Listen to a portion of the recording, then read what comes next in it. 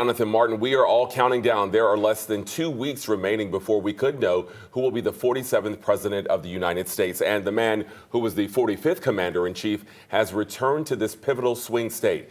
Right now, let's take you live. This is a live look at Zebulon in Pike County, where the Republican nominee Donald Trump is there on the stage, taking part in a faith-based town hall, answering questions along with current Lieutenant Governor Burt Jones. Doug Richards with the 11 Alive political team is there for us right now.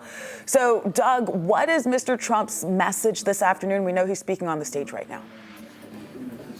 Yes, well, he just started speaking to a crowd of, there are thousands of people here in the tiny town of Zebulon in this church. Most of them are outside because they couldn't get into the church sanctuary.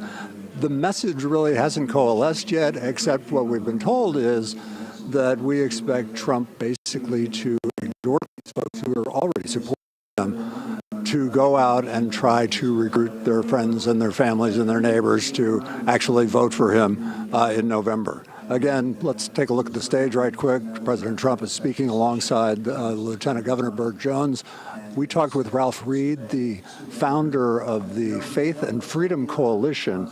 He was here on stage earlier today. And he said that basically no rally is going to sway the election at this point. Getting volunteers to turn out voters is what's going to make the difference between now and the end of the election season in November. And so that's what they're on stage trying to do in Pike County, in a county, by the way, that Trump carried with 85% of the vote in 2020. So there's no question that he's among friends here. The question is whether these folks can recruit other votes for Donald Trump to push him over the top on Election Day. We are live in Zebulon tonight. Back to you. All right, Doug, thanks so much. And after that stop in Zebulon, Donald Trump will be traveling to Duluth for a rally. This is what the line looked like outside of Gas South Arena as our 11 Alive Sky Tracker was there. This was just a few hours ago, so you imagine that the line is even longer now. The line started to form in the overnight hours with the event slated to start at 7 tonight. Let's bring in our Crash Clark. Crash, we know we've had several visits from both Kamala Harris and Donald Trump, so we know how the evening rush hour can be when they are in town.